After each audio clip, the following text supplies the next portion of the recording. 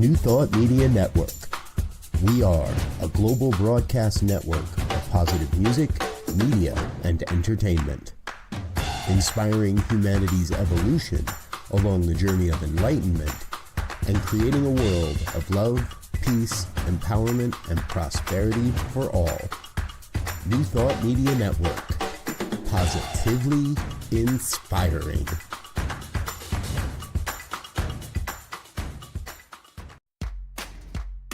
Welcome to Ministers Talking a weekly program where Rev BRZ and Rev Z and their guests chat about current affairs, world events, spiritual principles, and any old they want to talk about. Based on the New Thought philosophy and ancient wisdoms, Ministers Talking shares a visionary perspective of the evolving spiral called spiritual living. Join us each week as we explore the emerging paradigm of life on planet Earth and beyond.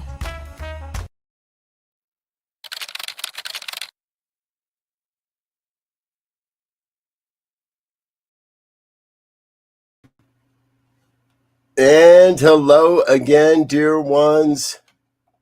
I forgot to turn off the placard. My apologies there. Good morning, dear ones. Dr. Robert with you over here. Rev Z right here. And this is Ministers Talking Shit for the 29th of August. There went August. All right. Welcome aboard, folks. Feel free to chat along, chime along, join the conversation as we go along here this morning as Rev Z and I talk about, well, whatever we want to talk about. Yeah. And good morning, everyone. And I been thinking about this for a minute, and I just want to say, today as we listen to these headlines, let's also tune into the heartbeat of humanity, and may we hear the cries and the calls for quiet courage rise through all the noise that is happening in our news cycle. And that's why we're here. We're here to help you do that, to get under the undercurrent of this stuff so that we really begin to hear and see what's going on, what's necessary, and then act in that regard. So I'm glad to be here today. As you said, as there just went August. As there just went August, exactly. So and I'm grateful to be here today too, and we take on some of the tougher conversations on this program, the ones maybe we don't want to talk about, and ones we'd rather not have to talk about. But here we are again talking about guns and schools and shootings, and this one has all the extra spiciness of a transgender shooter, and when you start reading reports, a long mental dance with hatred, and it all explodes literally in gunfire in Minneapolis at a church, and a shooter that takes their own life. Yeah. So once again, leaving this country with major questions. It's I'll be interested to see where this all ends up, Z. And I'm sorry, before I go there, of course, our hearts are always with the families. We see the names of those that died, that went on this journey. We don't always see the names of those that are injured, and we always see the name of the shooter. And my understanding is there's a lot of evidence out there. All the reports I see, there was a YouTube video from years ago that has since been taken down. There is, my understanding was there was an impression there was a YouTube video just prior to the shooting that has since been taken down, and a lot of evidence that's being gathered, and so it's really hard when I see people making immediate snap judgments about this young person's 23, I'm going to say still young adults' motives and mental state and history, and social media has made it so we need answers immediately, and there's a lot of speculation of what happened here, other than what we really know, which is 2 children lost their lives and 18 more are in hospitals with injuries. Yeah, when I think about this whole incident, the thought that comes to mind is the broken altar, right? And the cry of innocence. Mm. Because, how, I mean, one of the thoughts that's just prevailing on a general level is what does it mean, or what does a sacred space mean when it's violent, when violence enters into it? That's just a prevailing thing, because over the time we've had these incidents at different religious institutions, right? So that's one thing. And then the other thing that keeps coming in my mind is how do we hold collective grief without becoming numb? Right? Because I think a lot of society has become numb to these things in some respects, right? In that Mhm. one, I think the mayor of the city said, yeah, we talking about a church here, and I understand prayer and thoughts and all of that, but we need some action now. And I think people have become numb, and the idea of violence moving into sacred spaces with all of the idiosyncrasies that have taken place over the past has created a situation in a point of how do we begin to invite people to become active in eliminating these things as we pour our hearts out and everything to these families, to these people. 2 died and 18 are wounded, but we know that translates, uh, exponentially into, hundreds of people. Right. Yeah. Oh yeah. Um, Countless individuals touched by this kind of violence, and the thing we do know here to seem um, because it seems to be spread across numerous groups, is a deep expression of hatred that has come forward in this young man over his life. And the limited reports we're seeing, and that authorities are sharing, is that he's battled with an expression of hatred for this building, this church Mhm. specifically. And that's one of the reports, is that he didn't go inside the church. He shot through the stained glass windows, um, which, well, I'm not a psychologist. Well, So yeah, and just in a point right there, the reason he had to do that because the school and church had a policy of locking the doors, so the doors were locked and he couldn't get in. okay. So, and perhaps that is a policy that saves some lives in all of it. But the level of hatred and the inscriptions against all types of groups that they're saying are emerging, and goes back a very, very, very, very long time. And in the pregame, you and I were talking and sharing, and one of the questions you asked was really like, where was this young man, this person, traumatized? Where did that hatred come from? Because I don't believe we're born with it. No, no. And when you look at a couple of statements in the writings that they wanted to see children hurt and they wanted to see children suffer. In my mind, having very little, no formal training in psychology, but some in counseling as a minister, my first question is, what happened to this kid as a youth, as a kid? Something triggered or something got planted that continued to grow and fester, if you will, that makes a person want to go and hurt kids who are innocent and just joyful and gleeful, um not only to hurt them but to see them suffer, which is a clear indication in my mind that something happened. The mental health thing is here. all over this, so where was the counseling, where was the acknowledgement of this, whatever happened to this kid, where was the support?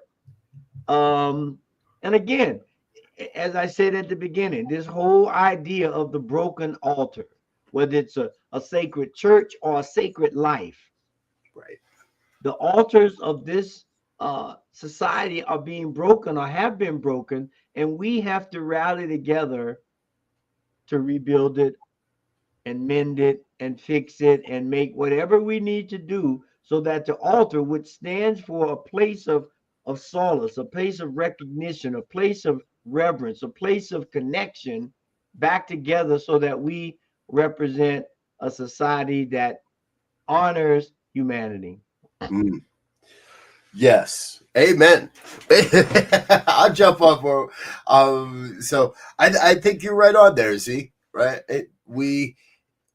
The altars have been broken, and it's time to bring forward the work and the consciousness that's going to fix that. Yeah. And I want to throw a curveball in here because it's been striking me as you've been sharing. One of those altars that's been broken now is the United States presidency. I'm pretty sure it was by design. We let a man with a sledgehammer walk in to the Oval Office and somehow turned it into kitschy gold. So, and in that,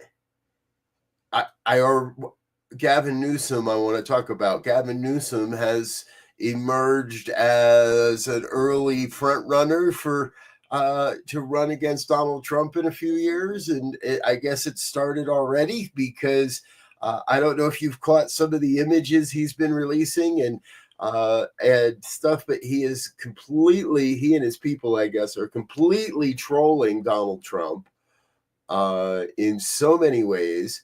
And I finally saw it this morning. I was kind of waiting for it. And it was a mock campaign poster for Newsom and Buttigieg. Which made me go, wow, that would really push the buttons on the GOP side. And here's my point. I want to make sure that as we are continuing, we are finding the avenues through which we can have a bit of laughter. Mm-hmm. Find the avenues through which we can find a little bit of levity, because when things look the darkest, and man, for a lot of people, things look really, if your skin color is any darker than mine, things look pretty dark right now. Yeah.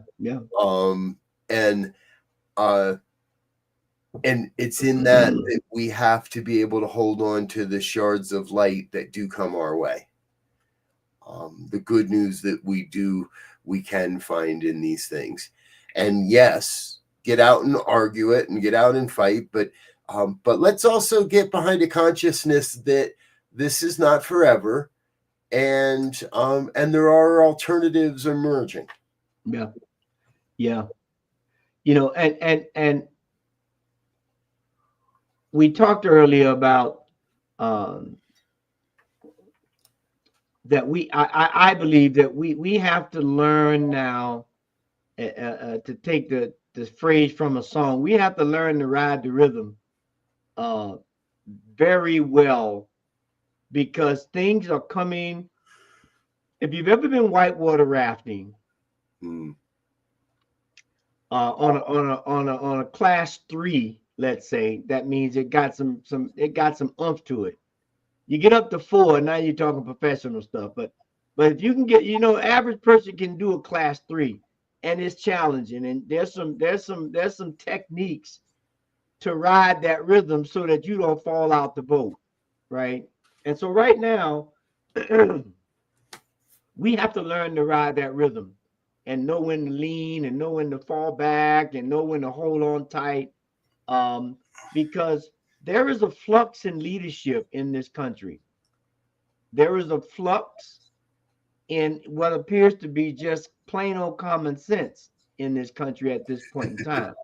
And so you know, we as the populace, we as the people who are being affected by all of these things, um, have to do that, because I'm setting this up because my mind now shifts, if I can, to this whole debacle that's going on at the CDC with resignations and vaccine policies and all of that, right?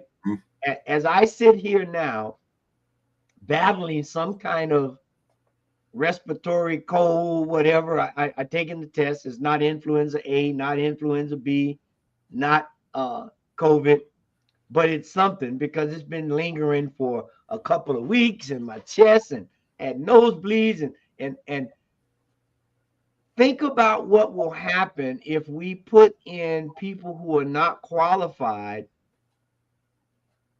to support the health of this country extending out to the globe, because the leader doesn't like the political or making a claim that they're not with his political program.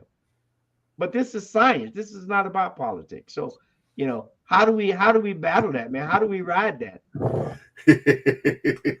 This one's about science, not politics. Yeah. And unfortunately, this administration has politicized science at this point, because talking to the CDC, the person they're putting in charge has no real experience other than in the health world, other than they used to write speeches about health for George Bush. So or one of the previous Bushes, I believe. Anyway, it makes me laugh that we seem to be increasingly allowing the devaluation of public health, public recourse, public connection, public support. Mm-hmm. I saw another one yesterday because of all of the what's going on. It was the Republican elephant, and underneath it said GOP, and then they spelled it out: guns over people. That's interesting. And I think my point in this one is, I think we could input any word we wanted over people, Mm-hmm. and that would apply right now to the government. War over people, profits over people, investments over people, corporations over people. Everything comes before our people at this point. That GOP could stand for greed over people, for sure. Yeah, exactly. And I have a different vision.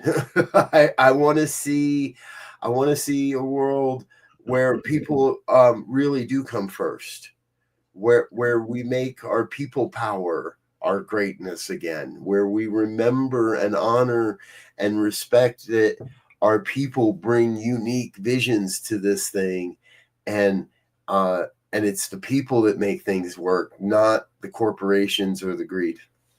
Yeah, because we're in that liminal space, if you will, having been to the retreat with the hero's journey. But we're in that liminal space where we have to ask the question: what happens when science and politics collide? What happens there? And then the follow-up to that is, in line with that is, what does trustworthy leadership look like and feel like to you in this arena?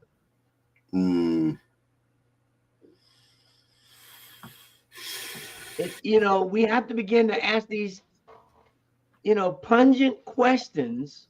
Yeah. First of ourselves, and then of others. Like, we're in this space where we politics can rule and control science and health, both physical and mental.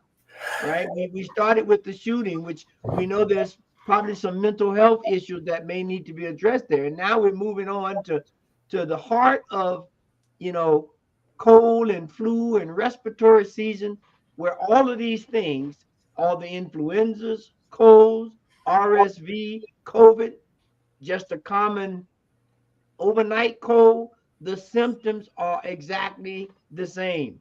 So you don't know what you got, and you Right. don't know how to treat it.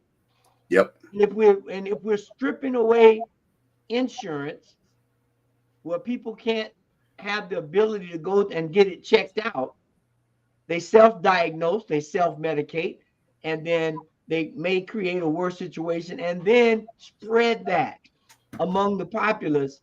And now, where does that leave us? With leadership that we can't trust, or if we're pitting science over politics, or you can put anything on the other side of that equation to replace science, people in politics, or the earth in politics. We have to begin to look at the signals that we're getting from all over the globe. Yep. Well, and you bring us to our next story that we want to cover here and kind of look at a little bit here today, because this is we do live on a global planet. and what is happening in Russia and Ukraine does affect what we're going to experience. And it seems like we were kissing Putin's ring a couple weeks ago, and now we're committed. We're wanting to commit to a shitload of money for the Ukraine, and 825 million. 820. And in some ways that sounds like a small number anymore. They're like, we ain't even at a trillion. When they get to a trillion and a trillion three, then we got to start being worried about it. But that's a lot of guns. It's a lot more guns, and these aren't just AR-15s. These are big guns. Yeah, these are missiles. These are missiles that they're sending. Big ass missiles that they're sending, and right is. Are we throwing up so much? Are we deluding ourselves when America is on the brink of war? Yeah. Are we fiddling on the roofs while the city burns here? Yeah. As some of you know, I'm an avid fan, for lack of a better word, of ancient Egypt and the ancient wisdom that was hatched there. And when I look at this, the old adage or the old symbol of Ma'at, this whole idea of balance and justice and reciprocity begins to pop up in my head now more and more, over and over, because we have not even, in the midst of all of this, in the midst of church killings and science over politics and bombs and wars, there's an undertow of ecological harmony that we're sitting on as well, right? We haven't talked about that. This was a couple of weeks ago, a week at least, where they had the volcano, the earthquake in Russia, 8.8, that set tsunami warnings all the way over to Seattle, Washington, and all the way down the coast in California. Yeah. And so we're getting signals, and the reason I bring this up is that we're getting signals from every avenue of life, at the human level, at the ecological level, at the planet level, that says things are out of balance. They are out of balance at every level. And we know as practitioners and ministers of this teaching that there is only one, and that everything is connected. And when we start fiddling around in here too much, we throw things off, and if you get it too far out of whack, there's no amount of prayer that's going to fix it. Yep. If the truck starts rolling down the hill at a certain point, we can grab that truck and stop it from rolling. But once it gets some momentum, there is no stopping that thing until it hits the bottom. And so the prayers for it to stop, that's not the right prayer. The right prayer is to, Lord, I hope we don't kill everybody and we get a chance to start over. I trust we're not going to kill everybody. I trust that I trust that life on planet Earth has evolved enough, that there is enough consciousness, and I've heard this said in a number of places recently, that there is more than enough consciousness on the planet at this time. There are more than enough conscious people that have awoken, people that are awakening, and people that are conscious of the power of our thought, the power of our mind, and so we just all got to get together and get going on the right idea, on the right things, I think. And that's been, for me right now, there seems like there's just so many opportunities. We could have a national vigil against, for responsible gun legislation. We could have a national vigil for support of our trans brothers and sisters, and we could have a national vigil for all kinds of things, mental health care. One of these politicians, I was reading it to you earlier, wants to make it mandatory that anyone claiming they're transgender immediately be admitted to an inpatient mental facility. I think this guy forgot that it was his people that got rid of all the mental facilities in the US back in the 80s, and we don't have mental hospitals anymore. And that's why we have a problem with the unhoused in this country at this point. But this guy can't remember that. But I see a world where we do have people that understand. We can't just round people up, label them as criminals, and house them in a facility because we don't understand. See, that goes back to this whole idea of trustworthy leadership, right? In my mind, anyway, that, the mental health system and the facilities, I think, for my little myopic understanding and having had some interaction with them at a personal and a working level, when those institutions became institutions of profit as opposed to health, right, and the emphasis was placed on making money as opposed to helping people, the balance went out. So now you have people that were neglected, or people that were misused and or misdiagnosed, because if I give you this, I get a little bit more. If I give you that, I get a little less.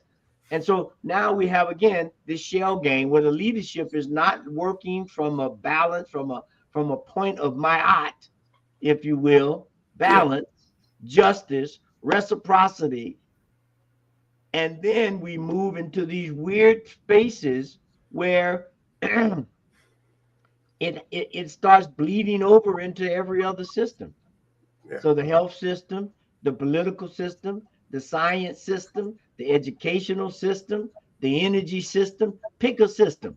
When greed outweighs the people, when greed is, outweighs the planet, then this is what begins to happen and manifest as we see it now. We get caught in these, and because it's all connected, see, when you get so caught up in these other things, you forget about the oneness of it all. And now it's just like being on a boat in a hurricane. If you ever been in one, and I have, or the beginning of one, that boat is just sloshing around. I'd never thought of it that way, but it's a great analogy. We are sort of a boat in a hurricane at the moment. And in the real world of it, we have to, in some way, hold on and prepare to ride it out. And in another way, we also have to start finding the dynamic balance. We have to start recognizing that this thing is going back and forth, and I need to find a dynamic way to balance myself amongst it all, because you're not going to be any good if you're puking at the bottom of the life raft. You've got to, we're all being called right now to find that dynamic balance that allows us to say, okay, and pick one. Yeah. Pick one place to get involved, to serve, to support, to let your voice be heard. We've been yelling vote for years. Yeah. I think we need to yell a little louder this time around. And midterms are not that far away at this point, folks. So we need to yell loudly about our votes, and we need to get out and do some of the work that's going to be necessary, because as social services are cut, more of our neighbors are at risk that we might never have known before. And so I think it's going to be more important than ever to get out and know your neighbors. And because when they fall on, if God forbid somebody in your neighborhood falls on hard times, I don't care who they voted for so much. I'm not going to rub it in their face and say, well, you're the one with the Donald Trump thing out in the lawn. I ain't going to come help you. Hell no. I'm still going to give you my extra zucchini. We're still going to find a way to make sure that people are taken care of, because it isn't greed over the planet. It's people first. Yeah. Yeah. You know, and the hurricane idea is a perfect metaphor, I think, now, because we see every time, we saw it when we just had the big one, that by finding balance, a good metaphor for that is the eye of the storm. You get in the eye of that storm and it is just calm and peaceful. Yeah. And all around you is raging. But if you can find that center, if you can get in the eye, the center, now I can balance. Now I can observe properly. Now I can make decisions wisely. And you know, that's what we have to learn to do. That's what, in my mind, what it means to ride the rhythm, to get in the flow, is to get in the eye of the storm.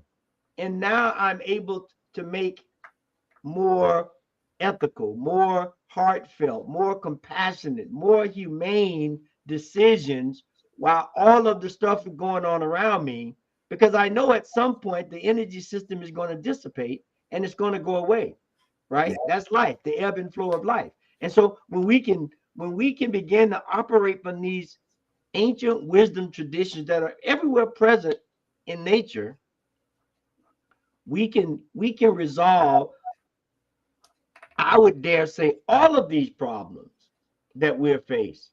But we have to begin to have a culture where we teach this at that level, at a basic level, and then we can extract out to these these bigger things. But if I don't understand the basic 1 + 1 = 2, I'm never going to understand geometry or calculus. I got to get the basics right. Yeah. I don't want to put this squarely at the feet of New Thought, because I think that there's so many avenues through which people, and North American centric from my perspective, have been taught that success is really just all about me and mine and my creature comforts. And we raise up, as much as some of us rail against the billionaires, you don't hear anything about the guy that's making $750 million, which is still far too much a year than what we rarely hear of the CEO that's making 300, 400 times the average of their workers. And we've been taught that life ends with me, and far too many have bought into that. So it's, and I think that New Thought is a convenient way to get what you want for you. And I question if far too many people that understand New Thought have just stopped there. I got mine, I got a nice house, and I got a nice wife, and I got got 2 dogs and a kid, and and 3 cars, and I'm going to ride it out come hell or high water. I'm just going to ride it out. Yeah. And I want new thought. I want the future of to be more. I want it to be global, a global transformation. I want to lift up everyone. And you know, that just reminded me that, you know, that we have to begin to give back. We always talk about taking action and so forth, um, and there are many different ways, and one of the ways that I'm going to do, and at cost, right now it's going to cost me, but you know, I think some of you may know my daughter is a fourth grade teacher at an elementary school, at a school that has Title One, 70% or more are free and reduced lunch. And so I made a commitment that I told my daughter I'm going to send her, and I got to do it this week because I wanted to be there before they don't start school in their district till after Labor Day. I'm going to send a book, a free book for every kid in that classroom to get on the very first day of school, to have, to hold, to take home, to encourage them. And I'm going to find a great little adventure story or something that they can see themselves in and really get into it, to begin to create this avenue for thirst of knowledge and information. And that's one way I'm giving back, because these young kids are my future. They're going to be the leaders when I get to be in my rocking chair or my wheelchair. They're going to be the ones leading, and I want them to have at least a good idea of the landscape that we're working with. So find something and do it. Mm-hmm. Oh, Z, I love this. I love this idea. Um, and uh, and what jumps into my mind as you're sharing is Sheila McKeithen's book, Johnny Toots Your Horn. Johnny Toots His Horn. And I don't know the age category that it's written for, to be honest. So it might be too young for a fourth grade class. I'm not sure. However, my point in all of it is I am positive there has to be a book for that age category that is out there that teaches one or more of the principles that New Thought teaches. There has to be. It's got to be. And if it's not, folks, we need to start writing those books. We need to start writing those books that tell those stories that that can be put in the hands of a fourth grader on their first day of school that they take home. And man, you might buy 50, you might have to buy 25 or 50 books, but if one of them changes some kid's life, it's worth all of it. Yeah. It's a great point. They are our future. And see, this is the creative process in action, folks, right? This is what we're encouraging. Get creative in how you support future generations. Get creative in how you stand in resistance to the current concerns we have. Get creative in how you bring forward this philosophy and this teaching and your truth, who you are. Because who you are is important. You came here for a purpose, for a reason, not to just ride it out and wave at the people playing in the arena. You've been brought here, you came here, you chose this in order to contribute. And we've been saying it a lot lately. I've been hearing it a lot. Now more than ever, the New Thought philosophy is necessary to support people and guide people through this storm that we're in. Yes. And you know, I know we're getting close to that bell gonging. And so I would just say, you know, may we walk today with our eyes open, our hearts steady, and our voice attuned to truth.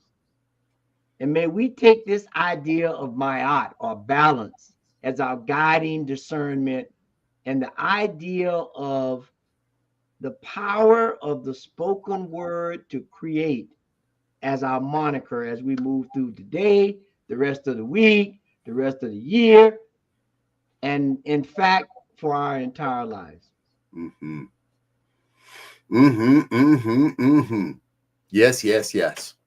Folks, we're going to do something a little different here before we close today. I'd like to share with you a message from some friends of mine, something I think you would really enjoy, and a great way to check out of all the hustle and the bustle of the world for a few days and check in on some really cool stuff. Check this out. What I love about Anson is the community, the people.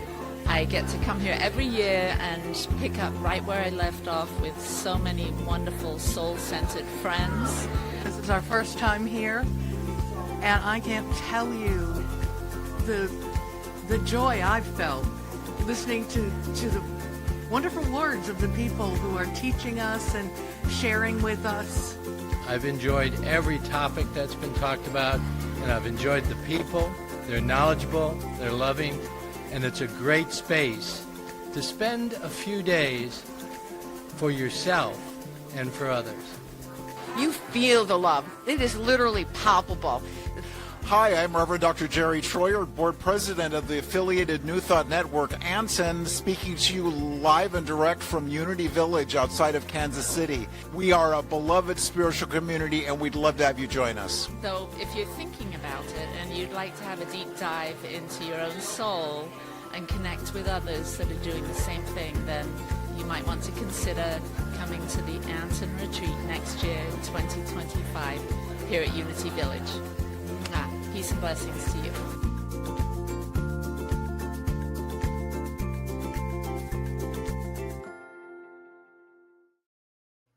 Yes, yes, yes. Invest in your own opportunities to be part of community. I know you were up in Banff last week and got that dose of community in that way. And this is another great way, folks. Join us if you can. Registration at antn.org. All right, Z, any final thought before we get out of here? I think we've kind of said it all. Yeah. Just, as that song says, we got to keep our eye on the prize and join together as we walk hand in hand from the darkness into the light. Amen. Thanks for being with us, folks. We'll be back again next Friday. Until then, we wish you peace and richest blessings. Bye now.